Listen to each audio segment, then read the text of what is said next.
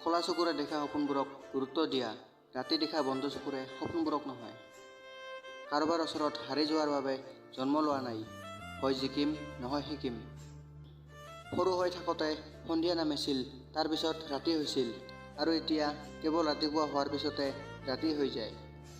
জীৱনটো সদায় অতীতৰ দৰে কৰিবলৈ চেষ্টা কৰা, যাতে কোনেও তোমাক দুবাৰকৈ ব্যৱহাৰ কৰিব নোৱাৰে।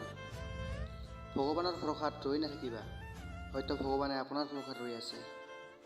জীৱনত সেইজন মানুহক বিচাৰিবা, যাৰ হাঁহিৰ মাজত সুখ থাকে, অভিমানৰ মাজত মৰম থাকে, আৰু নীৰৱতাৰ মাজত অপেক্ষা থাকে। কান্দিলে সকলো বস্তু পোৱা নাযায়, কিছুমান বস্তু হাঁহিৰ সৈতে এৰি দিব লগা হয়। মানুহে সদায় হাঁহি থাকিবলৈ শিকিব লাগে, কান্দিবলৈতো জন্ম হোৱাৰ লগে লগে শিকাই দিয়ে। তুমি কাৰোবাক নাপালে মৰি যাবা, সেইটো হ'ল আৱেগ, আৰু তোমাক জন্ম দিবগৈ এজন মাতৃয়ে মৃত্যুৰ সৈতে যুদ্ধ কৰি আহিছে, এইটো হ'ল বাস্তৱতা। সেইবোৰ মানুহৰ বাবে আত্মসন্মান বিসৰ্জন নিদিবা, যিসকলে তোমাৰ আৱেগ আৰু অনুভূতিক গুৰুত্ব নিদিয়ে। আটাইতকৈ বেছি কষ্টৰ কথাবোৰ কাকো কোৱা নাযায়। মানুহে যিবোৰ কৈ থাকে, সেইবোৰ আচলতে তাৰ সত্যতাৰ কষ্ট নহয়। কেতিয়াবা কেতিয়াবা সঠিক মানুহ অহাৰ বাবে ভুল মানুহ এৰি যোৱাটো প্ৰয়োজন। সম্পৰ্ক কেতিয়াও দূৰত্বৰ বাবে শেষ নহয়, সম্পৰ্ক শেষ হয় এক পক্ষৰ প্ৰয়োজন শেষ হোৱাৰ বাবে। মানুহক দায়িত্ববোধ শিকাই দিব নালাগে, পৰিস্থিতিয়ে মানুহক দায়িত্বশীল বনাই দিয়ে। পৃথিৱীৰ আটাইতকৈ নিম্নমানৰ অহংকাৰ হ'ল ৰূপ, সৌন্দৰ্য আৰু ধন সম্পত্তিক লৈ অহংকাৰ।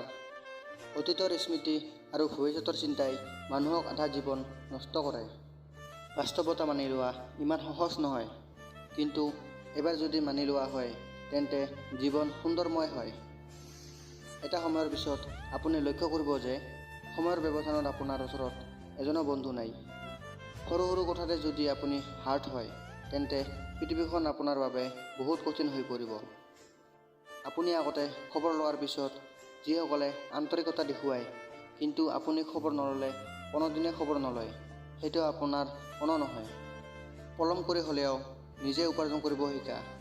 অৱশেষত মানুহে তোমাৰ যোগ্যতাৰ ওপৰত ভিত্তি কৰিয়েই তোমাক বিচাৰ কৰিব। জীৱনটোৰ পৰা এটা কথা শিকিলোঁ যে সম্পৰ্ক সকলোৰে লগত ৰাখিবা, কিন্তু আশা কাৰো ওপৰত নকৰিবা।